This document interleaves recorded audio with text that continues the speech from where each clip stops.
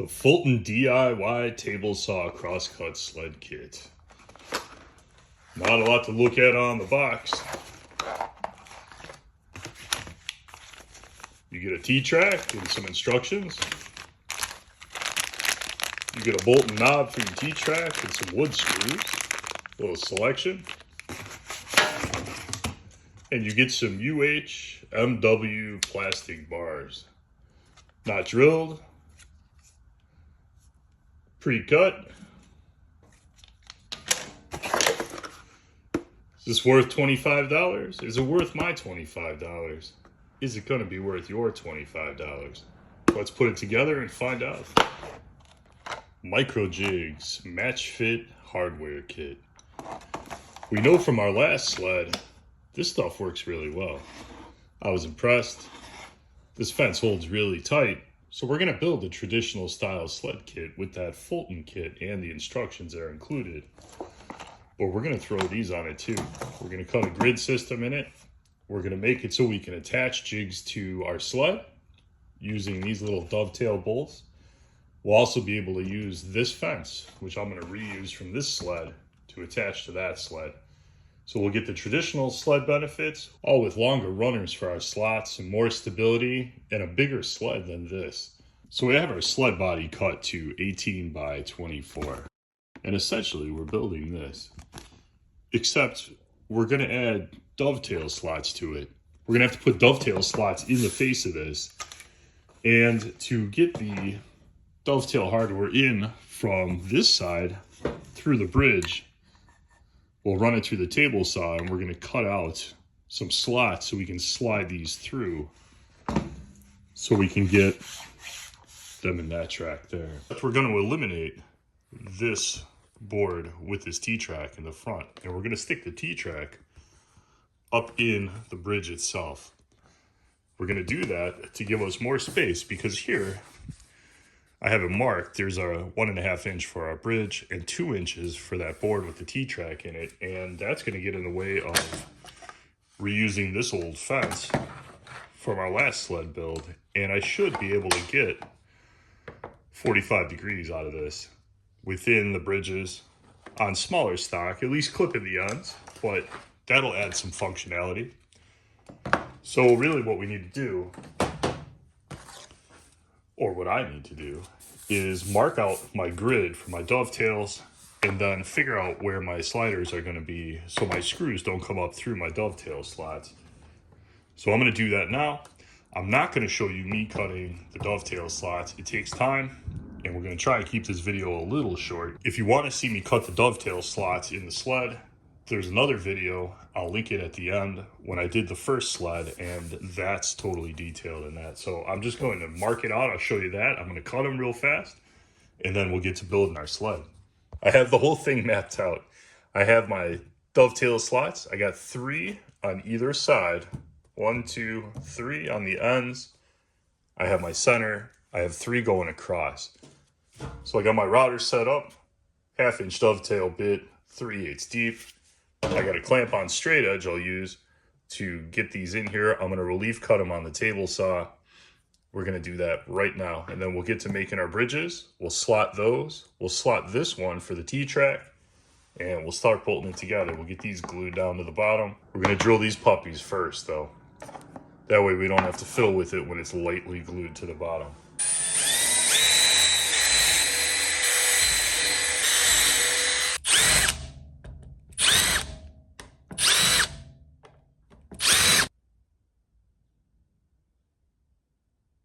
Since we have a cheap router that's surprisingly powerful, but I don't see any reason to stress it out, we're going to use our dado set to relief cut our dovetails.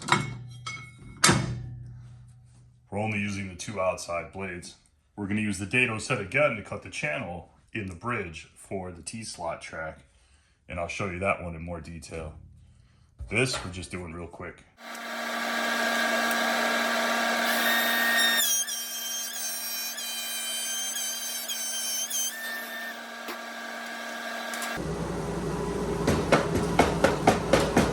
It says to use dimes in the miter slot to lift this up a little bit so it'll come into contact with the bottom of the sled. We don't have dimes. We have nickels. We're going to give nickels a shot. I took a utility knife and took the bump off the pre-drilled parts. The pre-drilled back of this, there was a little bump, so I took that down. The glue I'm using is CA glue, Clear Grip Gorilla Glue, which specifically says not to be used with this type of plastic. And I wish I'd read the package in the store, but I did not. So we're going to find out what happens, and we'll find out together. I'm not going to go crazy with the glue, just a little tiny bit. I probably should put something down, maybe some saran wrap or something to protect the saw, but we're not going to do that either. I'm just going to use some dabs. And we'll find out if they don't recommend this glue because it's going to eat through the plastic and melt it and destroy the top of the saw. Or maybe it just doesn't stick. But we're going to find out right now. I have the fence set at 12 inches, which is exactly half of this sled.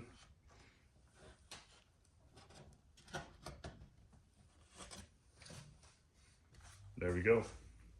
Put something heavy on it. Hold it down. This is probably all this is good for. So we'll use it to help us out. I'm gonna go have lunch. We'll give it an hour. We'll see what happens. Wish me luck. Well, they move with it.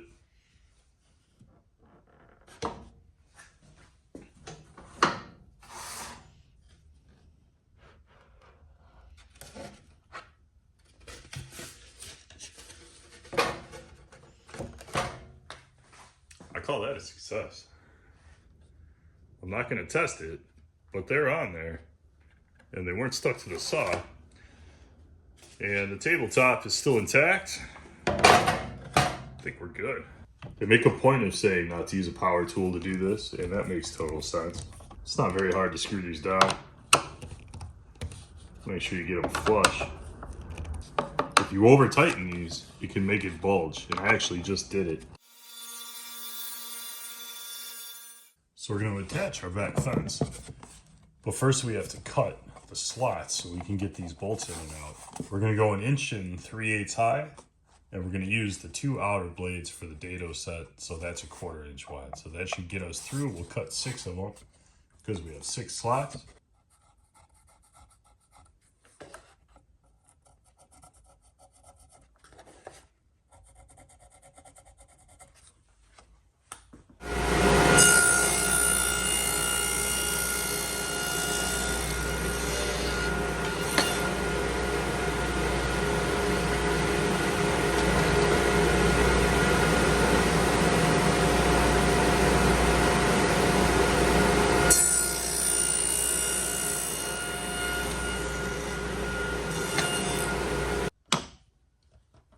It works perfect.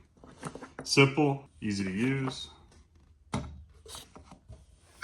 That'll work perfect. We'll clamp this down, line it up, screw it down, and we'll start on our other fence. So because I forgot to order the 0 clearance insert for this new table saw, I can't use a dado stack. So what I'll have to do is set the fence and keep moving the fence over a little bit until I achieve the width of 3/4. This is about 3/8 deep, just a hair under. It's between 5/16 and 3/8. So we'll set our blade height for that, but then I have a 1/4 inch 2-bladed dado in there, and we'll have to move it at least 3 times to achieve that thickness.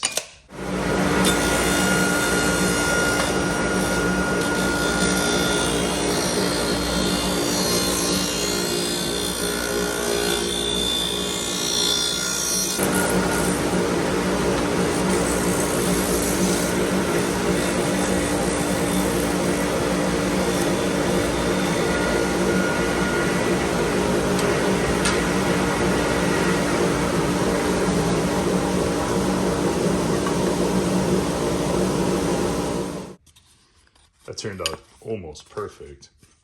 We're not going to install our T-track yet because we don't know where our blade's going to hit in the middle exactly. And we don't want to risk hitting the metal with the saw blade. So we'll leave that off and we'll screw that down as one of the last steps. So it's time to finally cut through this back fence, make our slot. We'll probably go to about here.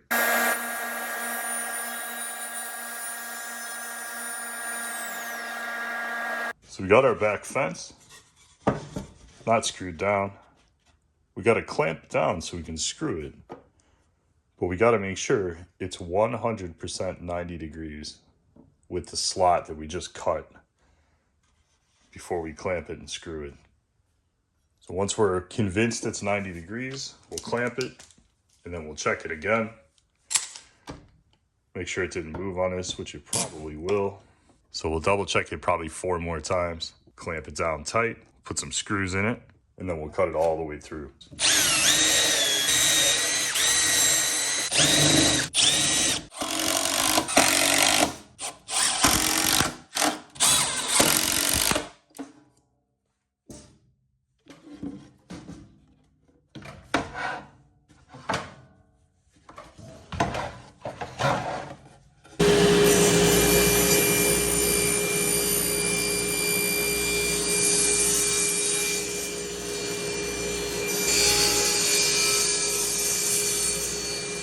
Now that we know where our blade's gonna hit our rear fence, we can install our T-track and keep it well away from that blade.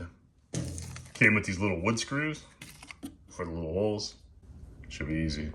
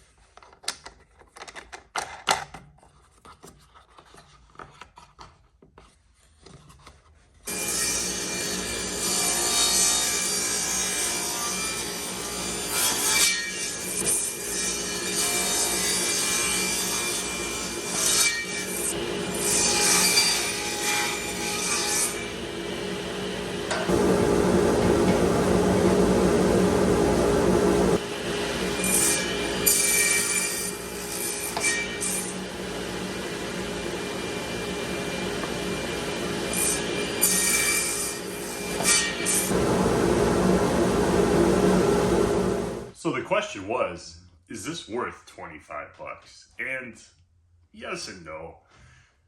You probably spent 10 extra bucks to have it sent to you as a kit with instructions. If you've never made a crosscut sled, the instructions are really clear. They're in color, they're easy to follow. It's probably worth it, even though probably the value of the parts they sent are worth 15 or so. But for 10 bucks, you don't have to go find all that stuff. It comes in a kit with instructions and you can just put it together. Adding the dovetails and the micro jig hardware, it's really sweet. I can cut it 45 degrees. I can cut it lesser degrees, obviously.